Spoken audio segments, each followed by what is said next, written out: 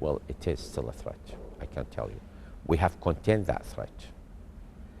But being in a battle and having looked at the threat they posed before, I cannot guarantee 100% that the existential threat is not there. I have to be careful. I have to take all measures necessary to protect the population, protect the country. And we're working hard. So I'm not taking any chances, to be honest with you. I'm asking for all international support. Now, the Americans, they came forward.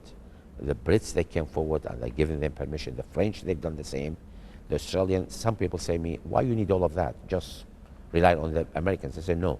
I want an international umbrella, international coalition, so that I'll use all. I don't know what's going to happen in the future. I don't know what the next step will be, what the next threat will be. I have to protect the population, so I'm taking all opportunities possible, and I'm not leaving a single brick which I'm not turning around. So I have to do all of that to protect. One brick is missing, and that is Iran. Do you want, when you went to New York, did you urge Western leaders to include Iran in the coalition?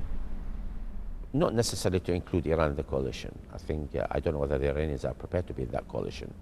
I think there is a lot of differences between Iran and the international coalition. Do you feel there has to be coordination between Iran has to be part of the effort?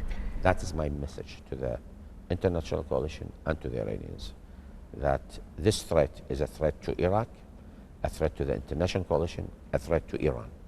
So let us work together in Iraq to push that threat, to eliminate that threat.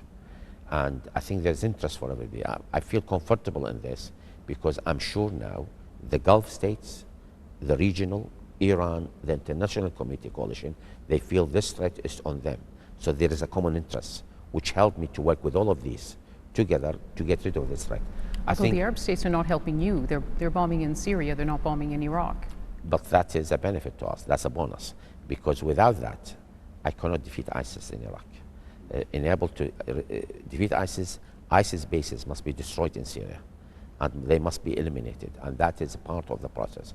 I cannot, as an Iraqi prime minister, to launch an attack on Syria or to be seen as being the peril of that attack against Syria, because this is a neighboring country to us. But I welcome any international effort to remove that threat from Syrian territory, which is threatening Iraq.